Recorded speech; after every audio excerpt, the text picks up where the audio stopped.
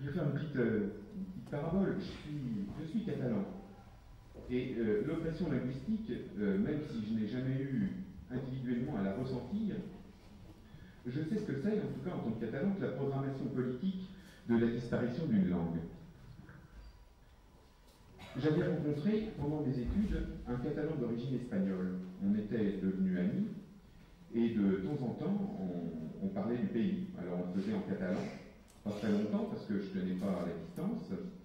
Et je me souviens qu'un jour, Franco, à ce moment-là, c'était près de 20 ans, hein, Franco était encore au pouvoir, et je sais à quelle occasion j'évoque comme ça le nom d'Isabelle la catholique. Alors pour les personnes non initiées, c'est son mariage, le mariage de cette reine d'Espagne, a eu pour conséquence le rattachement de l'Aragon avec la Castille et donc de la subordination linguistique de la Catalogne.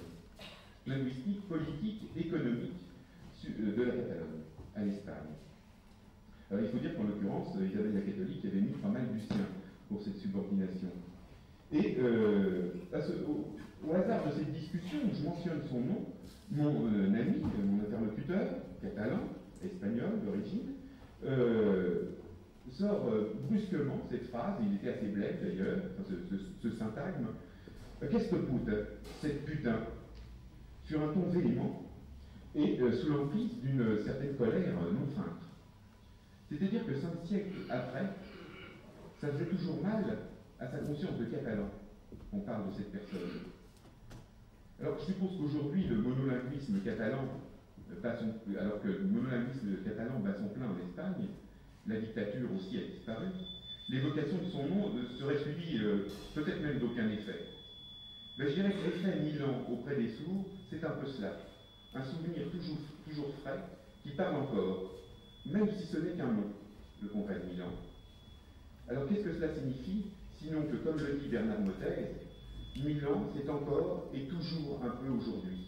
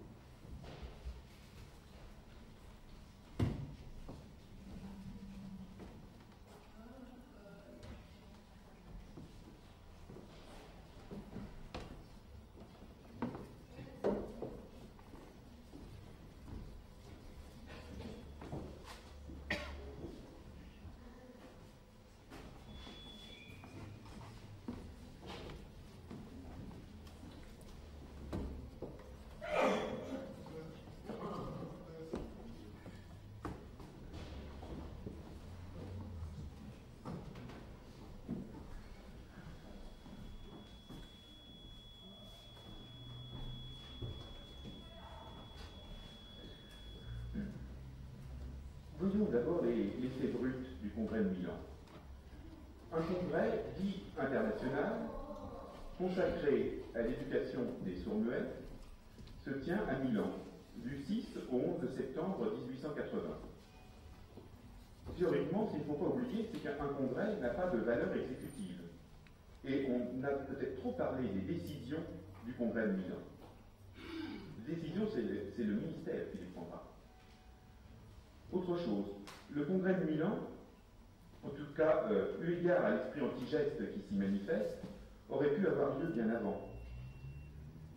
Par exemple, en 1829, lorsqu'une circulaire de l'Institut national des sourds-muets de Paris, l'INJS actuel, propose comme objectif de la scolarité des élèves de l'institution la disparition progressive de la langue des signes. En 1832 aussi, par exemple, lorsque le directeur de l'INJS de Paris, et pour faire de Paris qui à l'époque s'appelle Désiré Ordinaire, pour faire le bon mot d'Arlan Lane, je dirais qu'il n'était ni l'un ni l'autre, profitant d'une brèche dans la deuxième circulaire, qu'on a évoquée il y a quelques conférences, impose la rotation des professeurs. On sait que ce système avait pour but de faire monter l'enseignant avec ses élèves qui conservent tout le long de leur scolarité. Et ce système, à moyen terme, interdit aux sourds d'être professeurs, puisque lors des 2 dernières années de scolarité des élèves, intervient l'articulation, matière qu'un enseignant sourd ne saurait professer.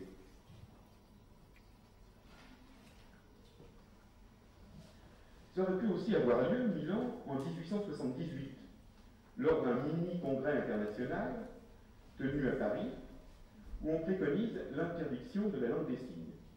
L'institution de Bordeaux, d'ailleurs, s'y pliera de bonne grâce, puisque depuis que l'établissement n'accueille que des jeunes filles, le terrain était tout préparé par la venue d'un conseiller pédagogique extraordinaire, l'abbé Balestra, grand pourfendeur de signes que l'on retrouvera au premier plan à Milan.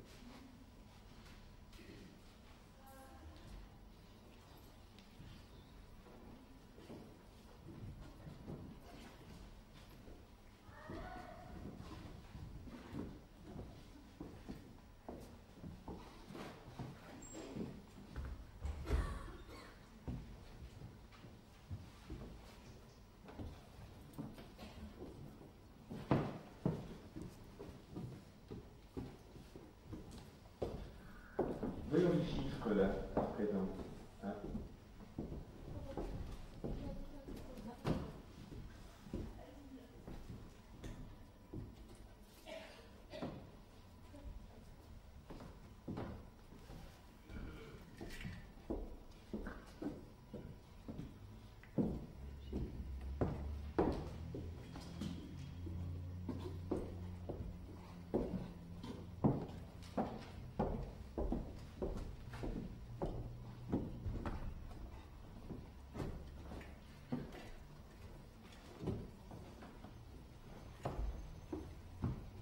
Voyons les chiffres du congrès de Milan qui vont nous faire un petit peu sourire quant à l'internationalité annoncée dans l'intitulé du congrès, de ce congrès. Alors, il y a 255 congressistes, parmi eux 157 Italiens, et tenez-vous bien, 98 Milanais, 67 Français, et ensuite, par ordre décroissant de participants, 12 Anglais, 8 Allemands, 6 Américains, un Belge, un Canadien, un Norvégien, un Russe et un Suédois. Alors c'est clair qu'avec un nombre aussi restreint de participants, les recommandations unanimes des membres du Congrès quant à l'utilisation de la méthode orale pure n'auront pas de valeur pour d'autres pays que l'Italie et la France. Alors on en a certaines preuves. On a d'abord la preuve que la France est le seul pays étranger à avoir envoyé des rapporteurs officiels qui, pour les ministères chargés de l'éducation des enfants sourds, feront des comptes rendus. La France est aussi le seul pays à avoir envoyé un journaliste. C'est d'ailleurs un journaliste français qui fera sur des journaux italiens le compte rendu du congrès. Ce que je veux dire ici, c'est que le congrès de Milan est un épiphénomène d'un combat déjà joué. Pseudo-congrès international, les participants sont triés sur le volet. Le point de vue oraliste bénéficie d'un appui financier de premier ordre, puisque les descendants de Jacob Rodriguez Ferrer, les célèbres banquiers, Eugène et Isaac Pereire, ont ouvert une, puis deux écoles à Paris, basées sur les principes d'éducation de leur aïeul.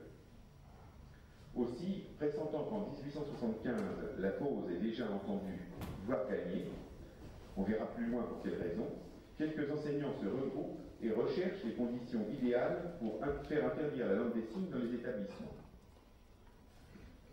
Peut-être si vous voulez plus d'informations à ce sujet, j'ai là justement le petit livre qui fait état de toutes ces réunions préalables.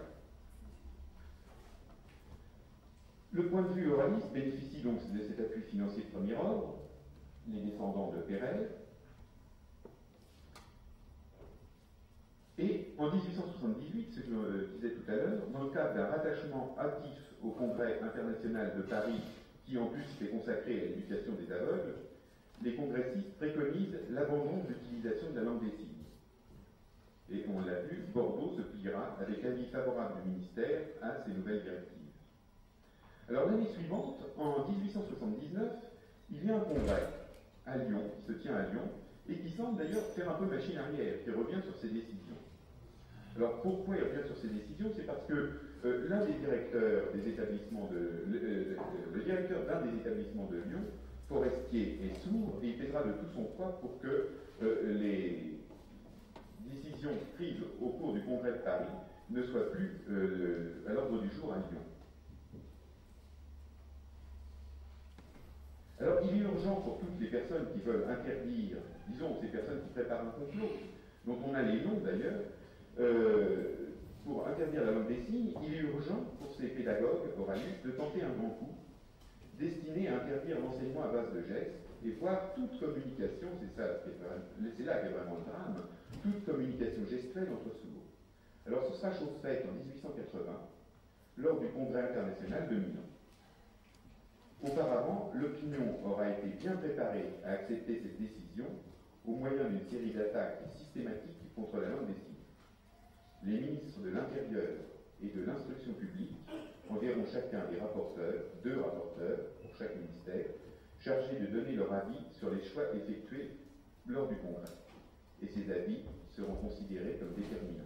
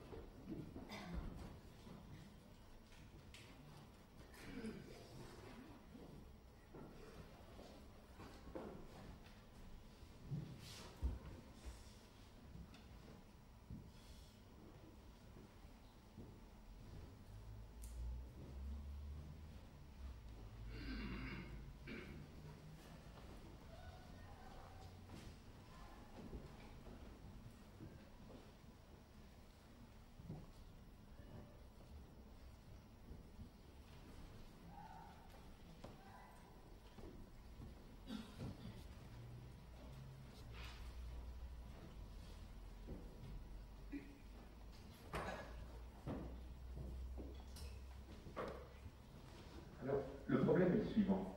Il faut faire, pour ces personnes, faire de telle sorte qu'un congrès international qui réunirait des spécialistes de renom, enfin du moins certains de renom, entérine un type d'éducation souhaité par une partie des enseignants sourds, de telle façon que la méthode orale dite pure, on verra ce que ça recouvre comme contenu, devienne la seule pratiquée en France. Alors ça permettra au ministre de l'Intérieur, puisque ce sont surtout les institutions nationales qui sont en cause, à savoir celles de Paris, de Bordeaux et de Chambéry, des réceptions des rapports, de faire appliquer sans délai les résolutions prises au Congrès, pour que cela devienne ensuite des décisions. Alors il s'agit là un peu d'une mascarade, puisque tout le monde est par avance d'accord. Le ministre, comme ses rapporteurs, comme les participants, puisque pour la plupart, tous ont été choisis dans le cadre de l'oralisme. J'avais oublié de mentionner, je pense que Gilles l'a fait, qu'un seul des participants, d'ailleurs qui était venu lui assez frais, était sourd. Il s'agit de Claudius Forestier, directeur de l'école de Lyon, et âgé de 80 ans.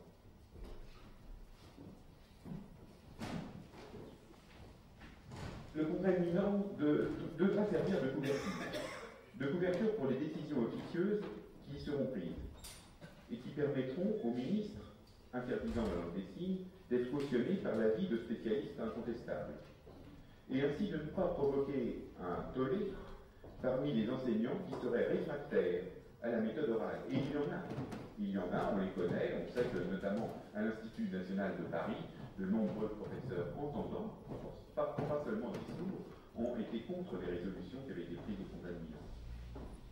Alors toutes les précautions pour ce faire sont prises. Pour obtenir l'unanimité, eh bien, les membres qui participent au congrès sont pour la plupart, dans leur écrasante majorité, des enseignants qui pratiquent l'oralisme. Le choix aussi des rapporteurs et de quelques participants est très tactique. Par exemple, l'un des rapporteurs, Franck, que vous voyez là en troisième position, eh bien, Franck est une personne extrêmement connue, c'est un membre de l'Institut, qui auparavant, 20 ans avant, s'était prononcé pour la méthode mixte, geste et oral en même temps. Et son revirement, à la suite du congrès de Milan, son revirement en faveur de la méthode orale pure, paraîtra d'autant moins suspect de partialité. Le choix de la ville aussi est important, des institutions milanaises qui sont deux très grandes institutions, les sourds pauvres de la campagne et l'institution royale. Eh bien, ces deux institutions ont été parmi les premières en Europe à pratiquer la méthode orale pure. Le choix du pays n'est pas innocent non plus, puisque les problèmes d'unification linguistique ne sont nulle part aussi vifs qu'en Italie. Et certaines interventions de pédagogues italiens sont même presque névrotiques au sujet de la défense de la langue orale et de la langue majoritaire. Milan est donc bien le lieu idéal pour faire valoir au mieux les arguments oralistes.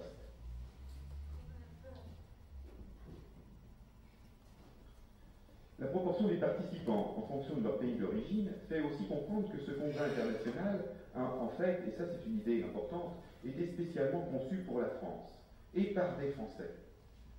Très faible nombre de spécialistes autres qu'italiens ou français. Les Américains et les Suédois, par exemple, qui vont montrer tout au long du congrès leur scepticisme vis-à-vis de la méthode orale, sont archi-minoritaires. Puisqu'ils sont si peu nombreux, leur vote pour ou contre la méthode orale ne peut avoir de répercussions sur la politique d'éducation des sourds pratiquée dans leurs pays respectifs. Peu d'Allemands ont été invités. Ce n'est pas non plus dû au hasard. Ça peut paraître bizarre, pourtant, quand on sait que l'Allemagne a pratiqué de tout temps et avec rigueur la méthode orale. Mais la défaite de 70 est trop proche pour que l'on songe que la France puisse s'aligner, quelle qu'en soit la matière ou le motif, sur sa voisine d'outre-Rhin. D'ailleurs, il va y avoir un représentant qui va faire un lapsus, il va parler de méthode allemande. Tout de suite, un délégué français va bondir, il va dire « je vous défends de qualifier la méthode, cette méthode orale, cette méthode allemande, nous avons été nous-mêmes en France depuis assez longtemps à même de la pratiquer, et mis à part ce lapsus, donc après la méthode ne sera plus qualifiée de méthode allemande, c'est-à-dire plus qualifiée géographiquement, effectivement ça fait réveiller de mauvais souvenirs pour les Français.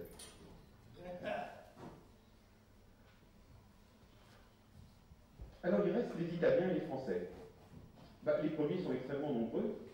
Au cas où les participants français, qui sont partisans de la méthode mixte, et je vous dis, il y en a quand même parmi les 67, se montreraient plus difficiles à convaincre que prévu. Et En ce qui concerne les Français, leur nombre est juste suffisant pour donner un semblant de représentativité à l'échelon national, un semblant car, en fait, pas un professeur sourd n'a été invité au Congrès. Alors, la conclusion de tout cela, c'est que les décisions prises au Congrès de Milan ne changeront rien, ni pour l'Italie, on verra tout de suite pourquoi, ni pour l'Allemagne, qui pratique de longue date la méthode dite orale pure. Ça ne changera rien non plus en Suède, aux États-Unis, au Canada ou en Belgique, puisque les représentants de ces pays sont venus en trop faible nombre, et plutôt d'ailleurs en qualité d'observateurs que de participants réels.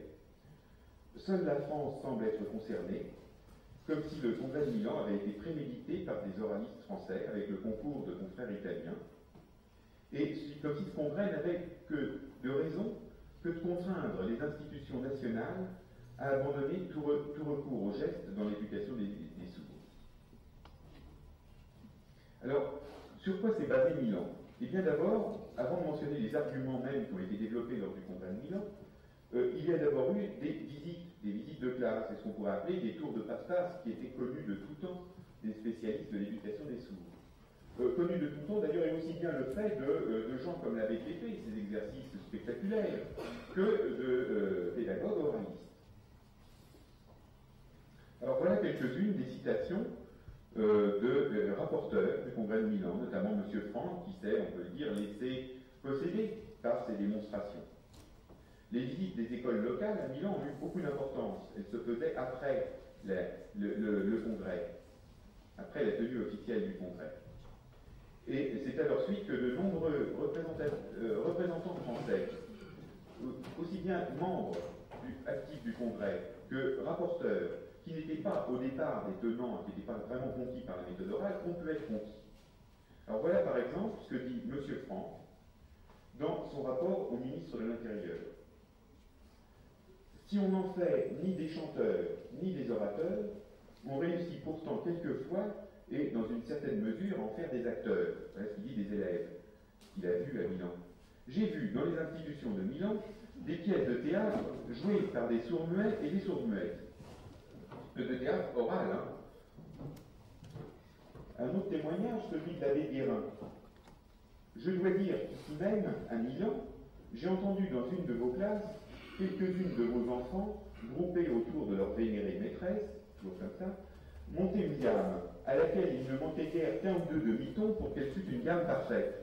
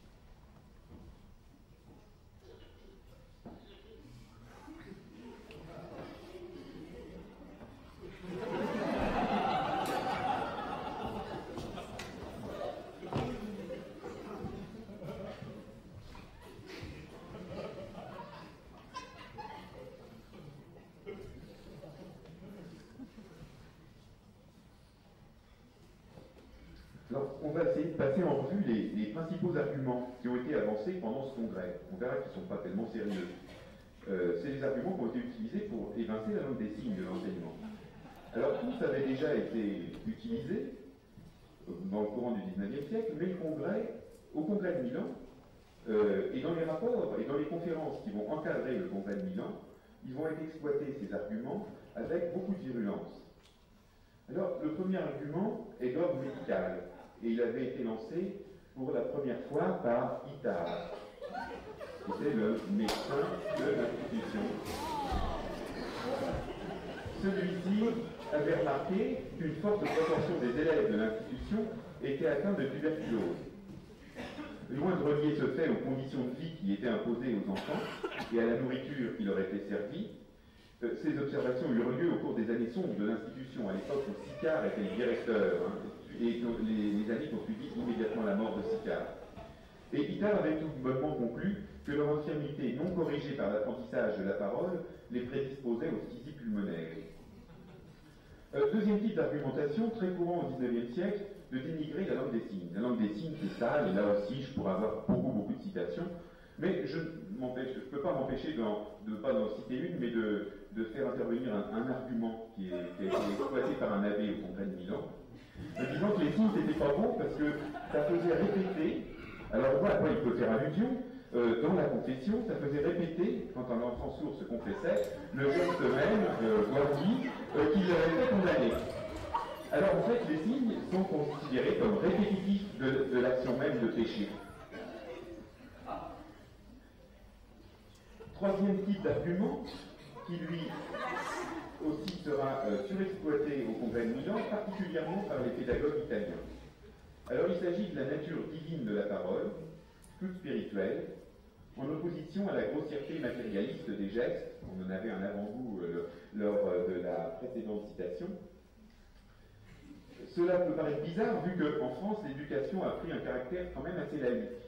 Seulement, il ne faut pas oublier que parmi les personnalités françaises qui ont été invitées au congrès de Milan, il y a beaucoup de prêtres, de religieux, pour la plupart directeurs d'institutions spécialisées dans l'éducation des sourds. Et ces arguments, tels que vont les citer les curés italiens, feront grosse impression.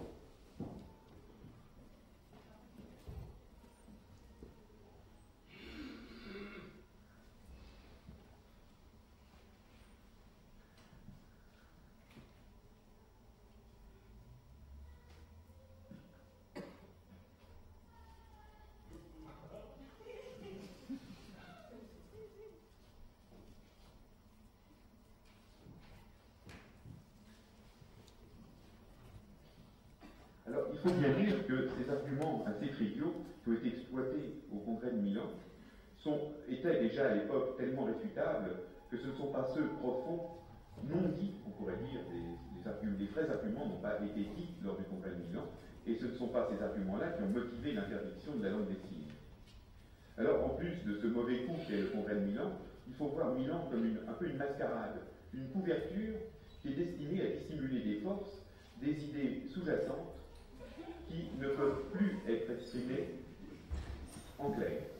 Alors, le premier non-dit concerne bien sûr le rejet du corps, lors d'une période historique aussi pudibonde qu'est la France du XIXe siècle.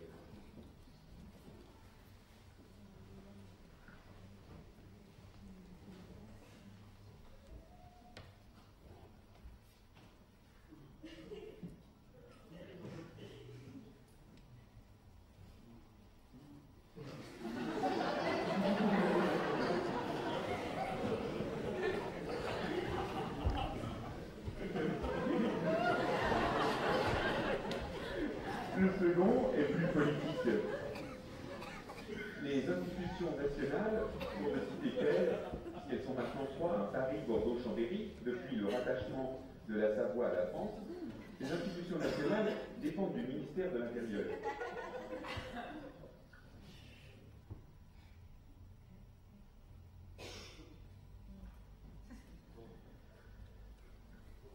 Alors ces institutions dépendent du ministère de l'Intérieur et après la défaite de 70, la question de l'unité nationale est plus que jamais à l'ordre du jour. Et elle passe par l'unification linguistique de la France, c'est-à-dire par la planification de la destruction à moyenne échéance des langues minoritaires. Effectivement, on pourra être tenté de comparer le sort qui a été réservé dans les institutions, dans les établissements pour enfants sourds à la langue des signes, et ceux que l'on a pu connaître dans les différentes provinces françaises où l'on ne parlait pas le français majoritairement. D'ailleurs, les mêmes pratiques ont été utilisées. Là aussi, j'ai d'abondantes citations et d'abondants exemples que peut-être lors du débat je pourrais vous ressortir. Le dernier exemple est lui aussi politique, mais je crois à mon avis que c'est peut-être le plus puissant, le dernier argument non dit du Congrès de Milan. Et sa démonstration est assez longue. Alors, je me souviens d'une personne qui était venue, un chercheur, un médecin italien, qui était en même temps historien, chercheur et un peu sociologue, qui était venu au séminaire de Bernard Mottez présenter la défaite, le peu d'effet du Congrès de Milan sur l'Italie, puisque en Italie, tout avait été, selon lui, joué déjà dès 1870. Et l'oralisme avait triomphé. Il y avait eu beaucoup de congrès nationaux en Italie. L'oralisme avait, il s'agit d'un Massimo Papinier, et l'oralisme avait triomphé en Italie déjà dès 1870 dans à peu près toutes les écoles de l'Italie, particulièrement dans les écoles du Nord. En Italie, pour vous dire brièvement pourquoi ce triomphe de l'oralisme, c'est que l'éducation des sourds était confiée même à 100% à des religieux, des catholiques. Et effectivement, le nord de l'Italie était occupé par l'Autriche, et en même temps, il y a des régions dans le nord de l'Italie où l'on parle allemand.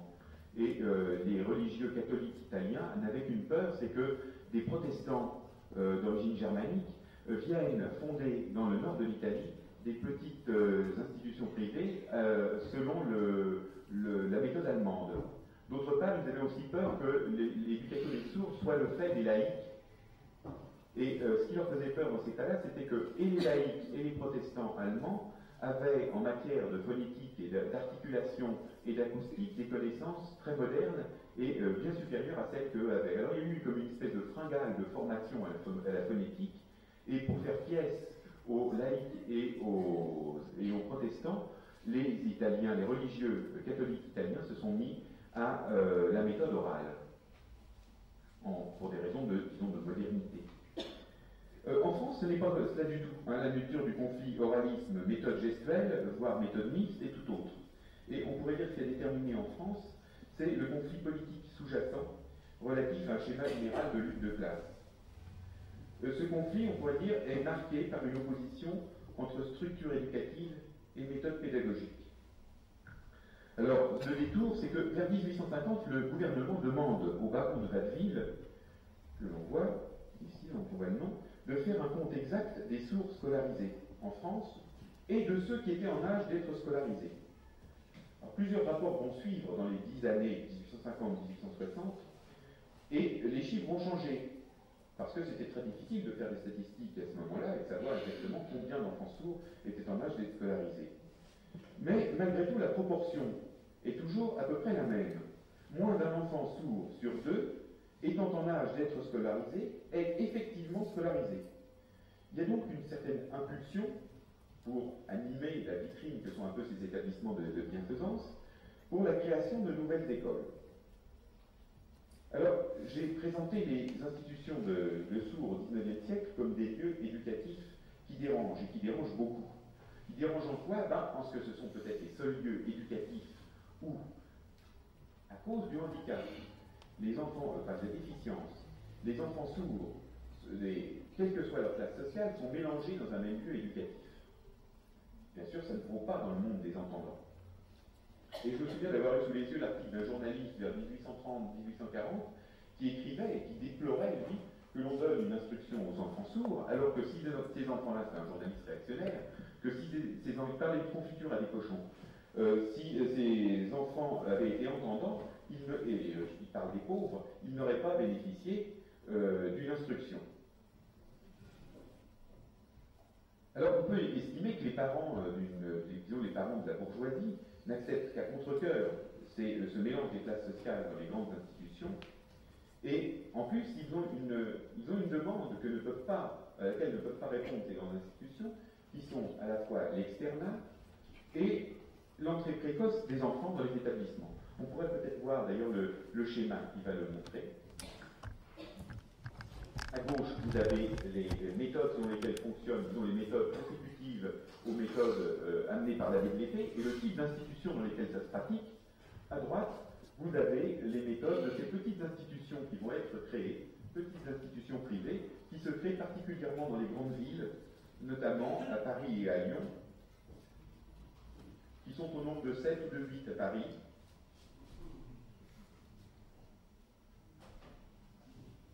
Alors, ces petites institutions privées, qui s'adressent évidemment, puisqu'elles sont payantes, s'adressent en priorité à une clientèle bourgeoise, vont faire qu'il va y avoir un transfert de population.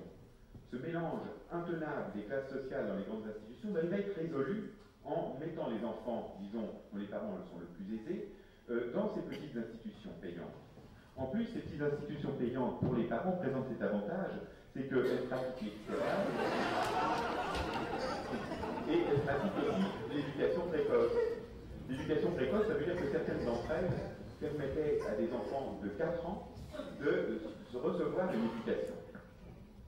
Ce qu'il y a, c'est qu'il y a bien sûr le choix pédagogique. Pourquoi ces grandes institutions et ces petites institutions privées se sont-elles opposées au niveau du choix pédagogique? Eh bien parce que, c'est la loi du marché, dès qu'on ouvre une école, il faut bien sûr qu'elle tourne, cette école, et qu'elle tourne comment? Avec des enseignants. Si on choisit, si les directeurs de ces petites écoles avaient choisi des enseignants connaissant la langue des signes, et je veux dire que l'oralisme n'a pas été un véritable choix pédagogique, c'est que pour former un enseignant, un instituteur en langue des signes, il fallait beaucoup de temps. Il fallait beaucoup de temps, et notamment 3 ans ou 4 ans pour des professeurs dans les institutions spécialisées comme Saint-Jacques. Alors, l'oralisme pour ces petites écoles est une carte forcée. Ce n'est pas vraiment un choix. Or, qu'est-ce que l'on constate quand on compare à la sortie un adolescent sourd qui sort de ces grandes institutions et un adolescent sourd qui sort de ces petites institutions? Eh bien, il y a une différence manifeste et intenable pour les directeurs des petites institutions. Et en fait, le congrès de Milan remet les choses en ordre. Hein. Pourquoi intenable? Parce que les adolescents qui sortaient de ces grandes institutions avaient une formation professionnelle, pouvaient devenir professeurs, maniaient bien ou relativement bien l'écrit. Ce n'est pas le cas dans ces petites institutions où on leur enseigne avant tout l'articulation et non pas les disciplines et non pas tellement l'instruction, ou finalement la politique, une politique de rééducation et non pas l'instruction. Alors, on va faire une petite pause, je crois. Suffire à elle seule pour changer radicalement le sort des sourds-muets. On examinera après la gravité de leurs conséquences. Alors, sur la dernière des résolutions, la première dit que la méthode orale doit être préférée à celle de la mimique. À l'époque, on disait mimique pour LSF. La deuxième, c'est que la méthode orale pure doit être préférée à la méthode mixte. Et la troisième disait que la méthode orale pure, c'est une méthode qui consiste à désigner d'abord par la parole, puis par l'écriture, et certains enseignants ont été jusqu'à rejeter complètement l'écriture, les objets et les faits mis sous les yeux de l'élève. Alors il y a une autre résolution aussi, celle qui porte le numéro 8 du Congrès de Milan, qui aura une importance pour l'avenir des sourds, puisqu'elle demande que les élèves nouvellement venus dans l'école soient absolument séparés des autres sourds muets, qui étant trop avancés, ne peuvent plus être instruits par la parole et dont l'éducation sera terminée avec les signes. Ça signifie tout simplement que les professeurs sourds en exercice seront mis 7 ans plus tard, c'est-à-dire la durée totale des études moins 1 an, à la retraite d'office et d'ailleurs sans ménagement. Ce cas-là est vrai bien sûr pour les institutions qui dépendaient du ministère de l'Intérieur et qui étaient des institutions publiques, à savoir Saint-Jacques, Bordeaux, Chambéry. Effectivement, dans le cas des institutions privées, ça ne s'est pas passé tout à fait de la même manière. Le ministère ne pouvait pas interdire une méthode ou une utilisation pédagogique à des fins une utilisation des signes à des fins d'enseignement. Alors, il l'a fait beaucoup plus, disons, subtilement, c'est-à-dire que, puisqu'il ne pouvait pas interdire, le ministère a décidé de ne plus subventionner les écoles privées qui continueraient à pratiquer les signes. C'est ainsi que, finalement, tout n'a pas été terminé en 1880, puisque les écoles étaient plus ou moins libres de choisir, bien sûr, sans la subvention. C'était le cas de l'école de Lyon, qui a perduré jusqu'en 1884 à enseigner la méthode utilisant les signes et la langue des signes comme langue d'enseignement. C'était l'école dirigée par Forestier et qui a résisté donc jusqu'à la mort de Forestier en 84. À la mort de Forestier, l'école a fermé ses portes. On peut dire que c'était la dernière école à fonctionner sur le système LSF.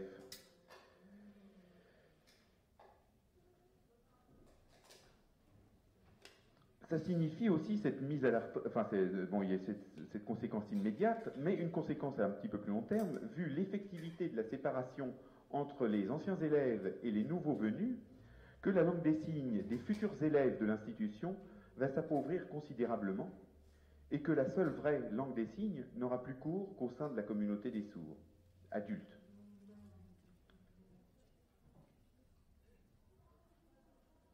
Alors, premier effet visible du congrès de Milan, interdiction aux sourds de pratiquer un métier intellectuel. Bien sûr, on pense au métier intellectuel, disons, qui était presque privilégié pour eux, qui était de devenir professeur. Parce que la méthode orale, où la parole seule est la base de l'enseignement de la langue, et l'instrument par lequel s'opère le développement des facultés intellectuelles de l'enfant sourd, ne peut pas rivaliser avec une méthode où ce rôle était dévolu à la langue des signes.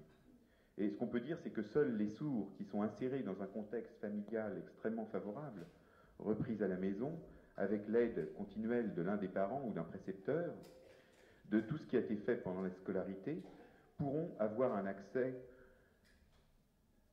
aux connaissances à peu près égal à celui d'un entendant. Effectivement, ils sont extrêmement peu nombreux, ces enfants-là.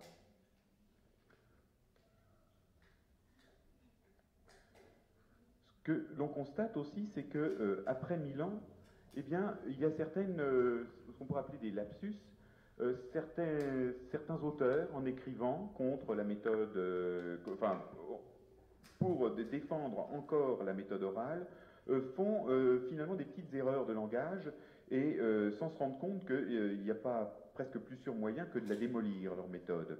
Alors j'ai quelques exemples, notamment il s'agit d'un exemple tiré de Renard et un autre tiré de Deltour. Renard qui était inspecteur de l'éducation, enfin inspecteur d'éducation nationale de l'époque, et Deltour qui était professeur à l'Institution nationale des sourds, peut-être même directeur. Alors, première citation de Renard, qui était qui était une personne très dangereuse pour les sourds et très oraliste. Il dit « Que de fois n'ai-je pas constaté qu'un élève, après 7 ou 8 années passées à l'institution, était incapable non seulement de parler, mais d'écrire son nom ou celui de son maître. » À qui la faute, hein, c'est bien sûr à la méthode qui était pratiquée. Mais c'est vraiment un apprentissage un peu cher, 14 à 15 000 francs pour un élève ayant passé 8 ans à l'institution. Je continue de citer. L'État n'est pas fait pour pratiquer cette philanthropie de réclame qui crève les yeux à la justice. Parce qu'il y a un fait que les partisans de la méthode orale n'avaient pas prévu, c'est qu'elle coûte beaucoup plus cher à l'État qu'un enseignement par les gestes. C'est évident puisqu'il s'agit par définition d'une pédagogie il s'agissait historiquement par définition d'une pédagogie de luxe qui était réservée à une élite. Alors appliquer cette méthode à l'ensemble de la population des enfants sourds est d'un strict point de vue financier une erreur qui ne peut être réparée qu'en éliminant les élèves les plus réfractaires à l'articulation, un bon tiers pour le moins. Alors on trouve chez Deltour, la citation là dont vient de parler Guy,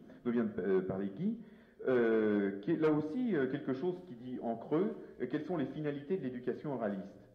Qu'est-ce qu'il faut faire avec quel type de métier conviennent aux sourds? Je réponds à cette question. Le travail en plein air, le jardinage au Luxembourg est favorable à leur santé et à leur développement. Il convient aussi entre tous à leur infirmité, car il n'exige pas d'échange fréquent de questions et de réponses, et peut être fait isolément. Il en est de même de la menuiserie et de la cordonnerie, où l'oral pur vise à fabriquer finalement des ouvriers dociles et ce qu'on peut appeler de vrais muets. Les personnes entendantes qui sont concernées à... Pourquoi Milan aussi? Il y a d'autres explications. Hein. On a vu des explications politiques, il y a aussi des explications dans le fond même des changements sociaux qui ont pu être opérés entre le XVIIIe et le XIXe siècle. C'est vrai que les personnes entendantes qui sont concernées à quelque titre que ce soit par la surdité, comme parents ou comme enseignants, admettent assez facilement la nécessité de la communication gestuelle pour les sourds adultes. Alors que cette même communication gestuelle, elle la refuse ou la nie chez l'enfant sourd. Mais on peut dire déjà qu'un grand pas est franchi dans la compréhension globale de ce qu'est la surdité lorsque les enseignants et les parents envisagent l'enfant sourd en tant qu'adulte à venir, et non pas comme enfant à rééduquer. Le remplacement progressif de l'exploitation des enfants au travail par la scolarisation, c'est évidemment un phénomène, un événement dont on n'aura pas à se plaindre et qui se produit tout au long de la deuxième moitié du XIXe siècle. Seulement, ce phénomène, bon, sur les causes desquelles on ne va pas s'interroger, économiques, sociales ou humanitaires, qui ont occasionné ce processus, ce phénomène est étroitement associé à un autre. Ça a eu pour conséquence l'allongement du stade de l'enfance dans l'image que se fait la société de l'enfance. Et aussi paradoxal que ça puisse paraître, cet effet a été bénéfique, bien sûr, sur le plan de l'éducation des enfants entendants, puisqu'il a permis à des enfants qui n'auraient pas eu le droit à une éducation autrefois de pouvoir s'instruire, mais a eu quelques effets pervers pour les enfants sourds. C'est vrai que l'image d'un enfant de 10-11 ans que pouvait se faire un pédagogue comme l'abbé de l'Épée correspondait plutôt à celle d'un adulte en puissance. Et la démarche pédagogique de l'abbé de l'Épée ressemblait assez à une formation accélérée d'adultes.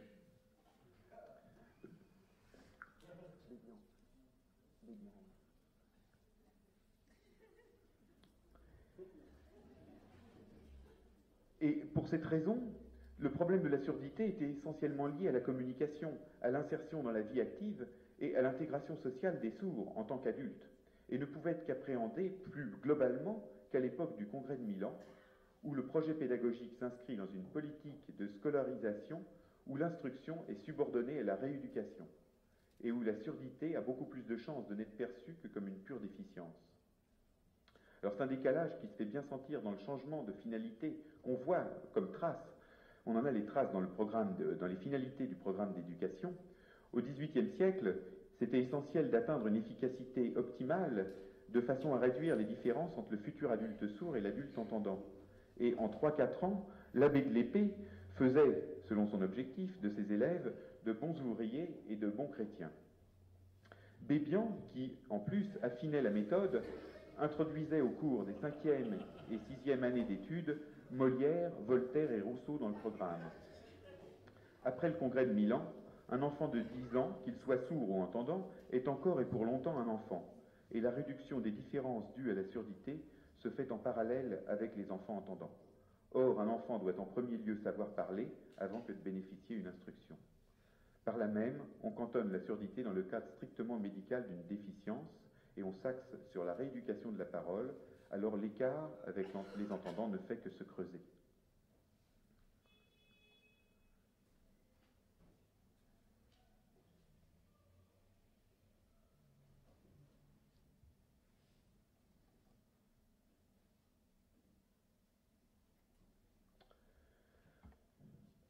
Consécutivement au congrès de Milan, puisque là on va voir les réactions immédiates, les réactions ne se font pas attendre.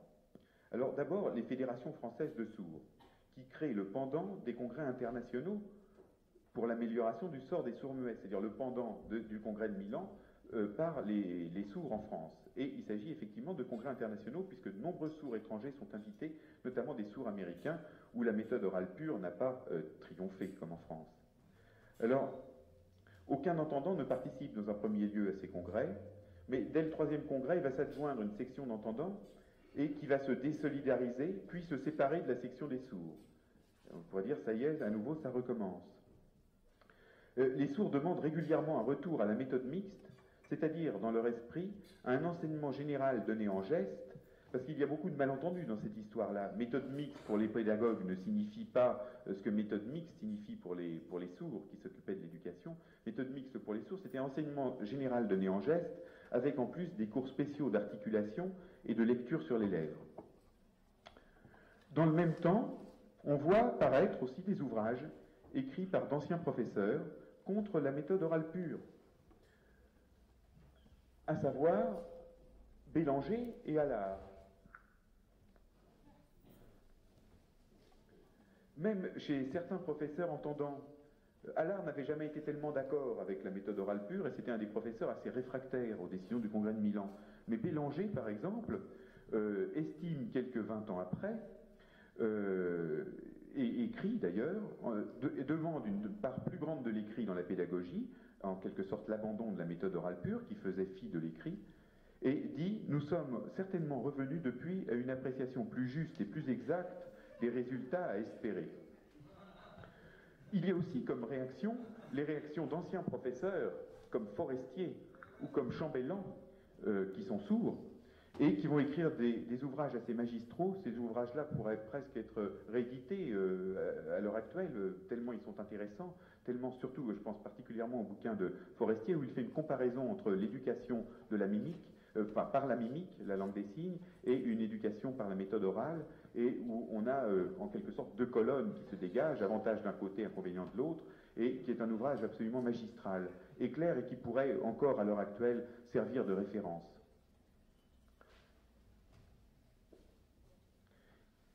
Déjà, peut-être les choses ont changé au tournant du 20e siècle, les choses ont changé puisque les professeurs reviennent avec un peu plus de pratique de l'écrit. Et je dirais que quelque sorte le coup de grâce qui a été donné à la méthode orale pure, c'est-à-dire celle qui était uniquement, enfin l'interdiction totale des signes dans l'établissement et non pas seulement dans les salles de classe avec toutes les punitions qu'il y avait à la clé, mais aussi le danger que représentait l'écrit pour l'acquisition de l'oral, eh ben, on va revenir à des pratiques un peu plus saines, et je dirais que le coup de grâce de la méthode orale pure, c'est 1909. 1909, bien sûr, après toutes ces réactions qui n'ont pas tellement été suivies des faits de la part des sourds et des anciens professeurs, et ce qui va être suivi des faits, à mon avis, c'est l'article de Binet et Simon sur l'éducation des enfants sourds et l'éducation comparée par la méthode dite gestuelle et la méthode orale. Alors Binet, vous le savez, est quelqu'un d'extrêmement connu, c'est un psychologue extrêmement connu, je dirais même mondialement connu et respecté. C'est un vieux monsieur, il mourra l'année suivante, en 1910, et Binet est l'inventeur du QI et de tous les tests d'intelligence qu'on passe, disons, pour entrer à l'armée ou un petit peu partout.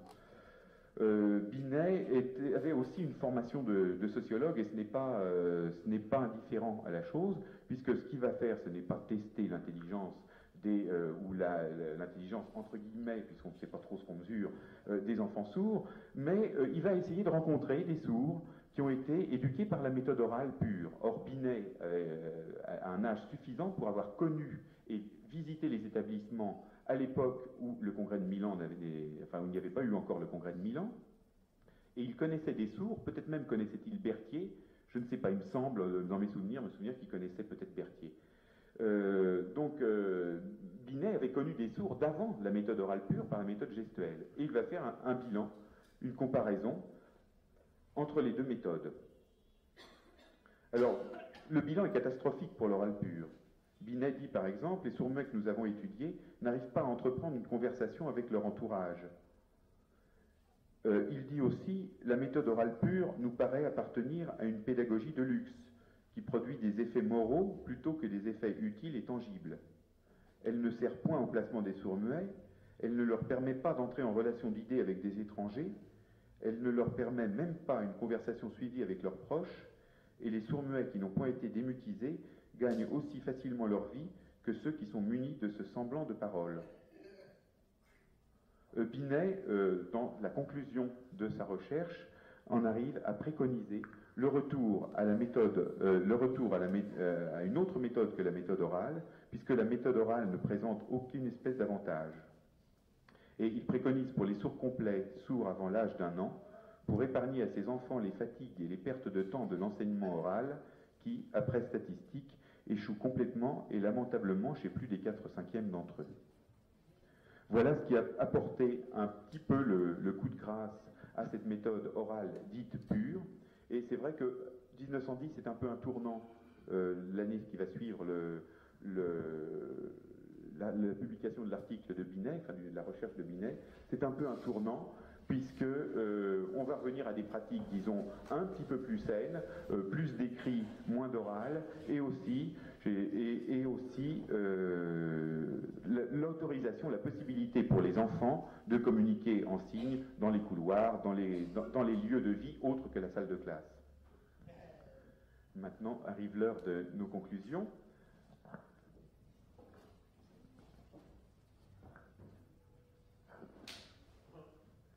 C'est un dessin de Guy, que Guy a fait sur l'oral pur. On voit cette assemblée de notables, avec dans l'arrière-fond des gens un petit peu plus timides.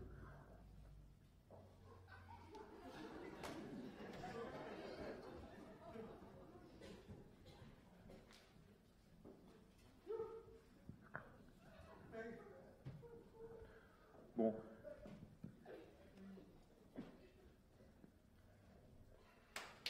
Alors, revenons à ce que nous disions au début, le congrès de Milan, qui est le mécanisme d'une exclusion, de l'exclusion d'une population, a été ce douloureux épisode qui continue à agir insidieusement encore de nos jours sur la population sourde. Mais le congrès de Milan, c'est aussi un phénomène historique, et en tant que tel, il nous permet peut-être de surmonter cette douleur, car il donne, comme tout événement historique, à réfléchir et à la reconstruction de l'histoire. À réfléchir sur comment cela a été possible, afin qu'un autre Milan, parce qu'on ne sait jamais, M. Mitt, juste avant la conférence, me sépare de ses craintes et me sépare d'une conclusion qui, chez lui, aurait été aussi identique, afin qu'un autre Milan ne puisse plus avoir lieu. Le congrès de Milan nous permet, je vais dire, c'est presque le côté peut-être un peu aussi, malgré tout, positif du congrès, de réfléchir par rapport à des pays où Milan n'a pas eu d'incidence. Je pense par exemple aux États-Unis, et ce qu'il est advenu sans Milan, ce qu'est advenu sans Milan, l'éducation des sourds et de la langue des signes. Parce que Milan peut ne pas avoir eu lieu, un autre danger menace, c'est que l'utilisation de la langue des signes dans les établissements devienne l'affaire des entendants, et que par voie de conséquence, l'éducation des sourds se fasse sans les sourds.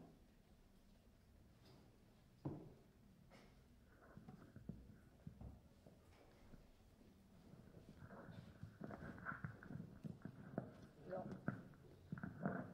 le congrès de Milan, pour moi, je vais faire ma conclusion.